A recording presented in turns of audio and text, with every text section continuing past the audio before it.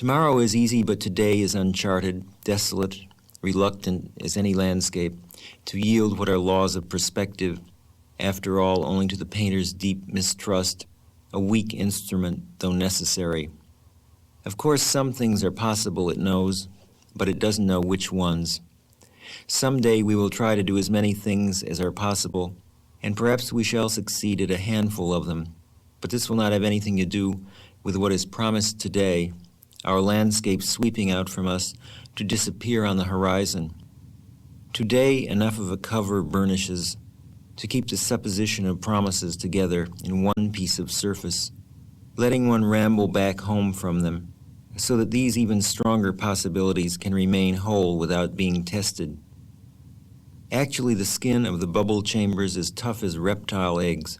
Everything gets programmed there in due course.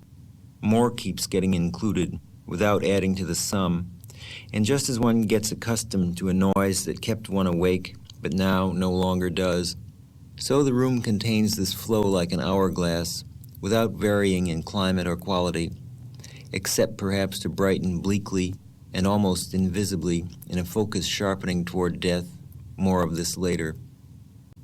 What should be the vacuum of a dream becomes continually replete as the source of dreams is being tapped, so that this one dream may wax, flourish like a cabbage rose, defying sumptuary laws, leaving us to awake and try to begin living in what has now become a slum. Sidney Friedberg, in his Parmigianino, says of it, "Realism in this portrait no longer produces an objective truth, but a bizarria.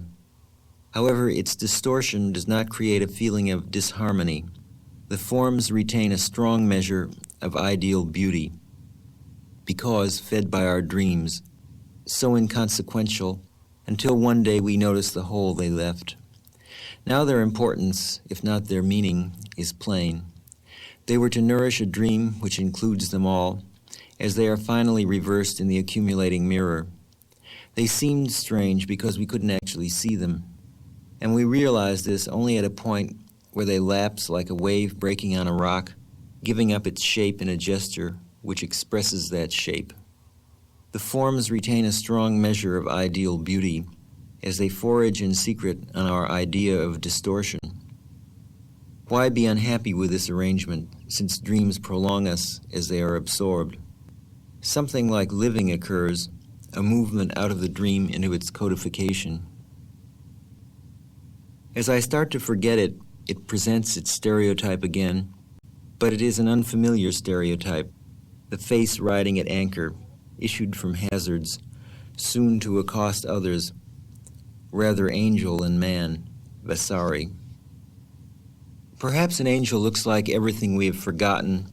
I mean forgotten things that don't seem familiar when we meet them again, lost beyond telling, which were ours once. This would be the point of invading the privacy of this man who dabbled in alchemy, but whose wish here was not to examine the subtleties of art in a detached scientific spirit. He wished through them to impart the sense of novelty and amazement to the spectator. Friedberg. Later portraits, such as the Uffizi gentleman, the Borghese young prelate, and the Naples Antea, issue from mannerist tensions, but here, as Friedberg points out, the surprise, the tension, are in the concept rather than its realization. The consonance of the high Renaissance is present, though distorted by the mirror. What is novel is the extreme care in rendering the velleities of the rounded reflecting surface. It is the first mirror portrait, so that you could be fooled for a moment before you realize the reflection isn't yours. You feel then like one of those Hoffmann characters who have been deprived of a reflection, except that the whole of me is seen to be supplanted by the strict otherness of the painter in his other room. We have surprised him at work, but no, he has surprised us as he works. The picture is almost finished, the surprise almost over, as when one looks out, startled by a snowfall, which even now is ending in specks and sparkles of snow. It happened while you were inside, asleep, and there is no reason why you should have been awake for it, except that the day is ending, and it will be hard for you to get to sleep tonight, at least until late. The shadow of the city injects its own urgency. Rome, where Francesco was at work during the sack, his inventions amazed the soldiers who burst in on him. They decided to spare his life, but he left soon after.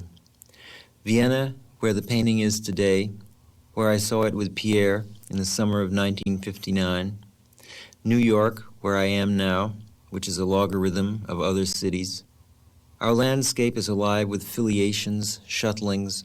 Business is carried on by look, gesture, hearsay. It is another life to the city, the backing of the looking glass of the unidentified but precisely sketched studio. It wants to siphon off the life of the studio, deflate its mapped space to enactments, island it. That operation has been temporarily stalled, but something new is on the way, a new preciosity in the wind. Can you stand it, Francesco? Are you strong enough for it?